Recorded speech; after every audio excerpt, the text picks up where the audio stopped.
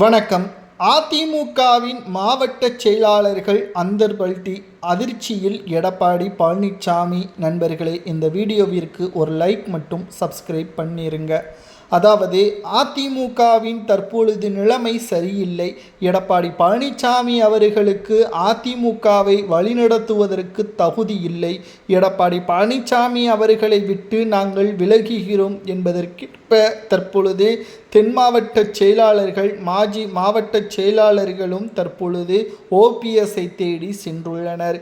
கிட்டத்தட்ட 4 ஆண்டுகளாக எதிர்க்கட்சி தலைவராக எடப்பாடி பழனிசாமி அவர்களது செயல்பாடு மிகவும் மோசமாக இருந்தது. கூட்டணிகளது பேச்சுவார்த்தை பாஜகவின் அடிமையாக எடப்பாடி செயல்பட்டு வருகிறார். அது மட்டுமல்ல, பூத் கமிட்டிகளின் நிர்வாக பொறுப்புகள் எப்படி செயல்படுகிறது, அதிமுகவின் ஒட்டுமொத்த அடிப்படை உறுப்பினர்களது களப்பணிகள் எப்படி இருக்கிறது என்பதை எடப்பாடி பழனிசாமி அவர்கள் கண்டுகொள்ளாமலேயே இருக்கிறார். குறிப்பாக எடப்பாடி பழனிசாமி அவர்களுக்கு தேவை பதவி, அதிகாரம் மட்டும்தான். களத்தில் நிர்வாகிகளோ தொண்டர்களோ அவர்கள் படும் கஷ்டமோ எடப்பாடிக்கு புரியவில்லை. எதுவாக இருந்தாலும் சேலத்தில் உள்ள எடப்பாடியின் பண்ணை வீட்டில்தான் பேச்சுவார்த்தையும் நடத்துகிறார். நாங்கள் இருப்பது சென்னையில், மதுரையில். ஆனால் அவர் நடத்துவதோ சேலத்தில் உள்ள பண்ணை அலுவலகத்தில். குறிப்பாக ஜெயலலிதா அவர்களது பாணியை எடப்பாடி பின்பற்றுகிறார்.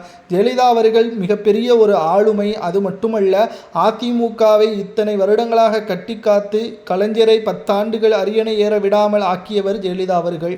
அவரை போல செயல்பட வேண்டும் என்று நினைப்பது தவறல்ல. ஆனால் அதில் கட்டமைப்புடன், சரியான கொள்கைகளுடன் அதிமுகவின் நிலைமை என்ன, தொண்டர்களது மனநிலை என்ன என்பது கூட உணராமல் பாஜகவின் அடிமையாக இருந்து கொண்டு செயல்பட்டால் நிச்சயம் எங்களால் அதை ஏற்றுக்கொள்ள முடியாது.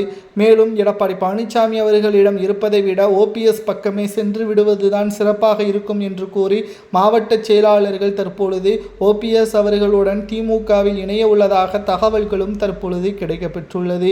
ஒட்டுமொத்த அதிமுகவின் வெற்றி வாய்ப்பு என்பது இந்த முறை பல தேர்தல்களில் தோல்வியடைந்து 10 தோல்வி பழனிசாமி என்று கூறி வந்த நிலையில் இதுவரை அல்லாத ஒரு தோல்வியே இந்த சட்டசபை தேர்தலில் பல இடங்களில் அதிமுக டெபாசிட்டை இழக்கக்கூடிய நிலைமையும் உருவாகும். அது மட்டுமல்ல, இந்த தேர்தலில் அதிமுக தோல்வியை தழுவும் பட்சத்தில் அதிமுகவின் வரலாற்று தோல்வியாக பதிவு செய்யப்படும்.